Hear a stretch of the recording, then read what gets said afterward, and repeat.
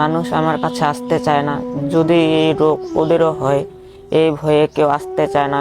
আমার এক বিরল রোগ হয়েছে ছোটবেলা থেকেই।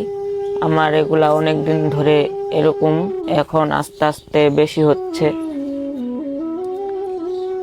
আমি এগুলা আমার খুব ব্যথা করতেছে, কোথাও যাইতে পারি না, কারোর সাথে হাঁটতে পারি না, নিজে হাতে খাইতে পারি না, খুব কষ্টে আসছি আমি। এগুলা খুব জ্বালা যন্ত্রণা করে, ভালোভাবে বুঝতেও পারি না। মানুষ আমার কাছে আসতে চায় না। যদি এই রোগ ওদেরও হয়, এই ভয়ে কেউ আসতে চায় না। কেউ আবার আমাদের বাসায়ও আসে না আমাকে দেখে, বলে তোদেরও হবে এরকম। এইভাবে আমি একা একাই বাসায় বসে থাকি, একাই আর কত থাকতে মন চায়।